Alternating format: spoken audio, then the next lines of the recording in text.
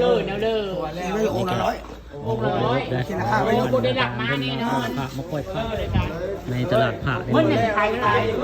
เม่นบอกพออยู่แล้ว พระ นี่ มา บอ ค่ ก อยว่าไงมาคนบรรณาจารย์องค์ละร้อยอีกคนก็เดี๋ยวพระบ่งไปก่อนเนาะโอ้โห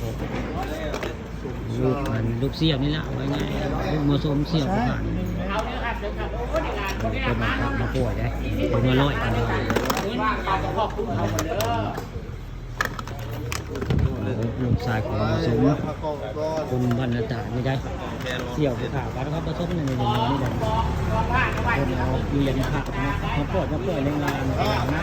การรับประกัน เพื่ เนาะ อนอยู่บริเวณ คนได้หลั บ้าก น มา นา แต่ การ เดียวอย่าง ตำ เดี บ ยว ล มัน นา โม การ โหทัดมันเต็ม เจ้าเราเอาซอยเรา มาปล่อย เรื่อง คนละร้อยคนละ พออย่างเดียวมันได้หลักมา นี่ครับบรรยากาศในงานเจ้าแลกเปลี่ยนพระบริเวณฐานัดบ้านนาการตำบลนาการไปคนได้เครื่องกันมาเดิมวันอาทิตย์วันศุกร์เนี่ยคือมีพระเครื่องมาฐานัดพระเครื่องทีมงานของพระอาจารย์ดี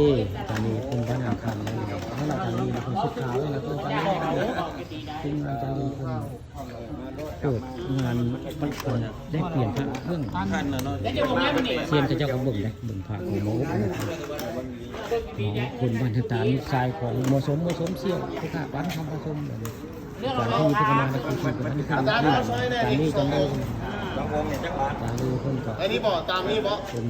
หัวหน้าสุด มันติ๊กเขียนป้ายให้อยู่บ่ ผักเปิดตลาดผักมันก็เปิดตลาดผักแม่นการนี้นี่คนสุขาเดินตา ทางบ่มอนี่มัน ขับ จะ ขับส่วนหมู่มาเปิดตลาดผักบริเวณตลาดบรรณาจารย์ตำบลนาจารย์บริเวณปูตาบรรณาจารย์ตำบลนาจารย์มีตลาดผักมีทุกรุ่นพระเหรียญราคา20 บาทก็ไปได้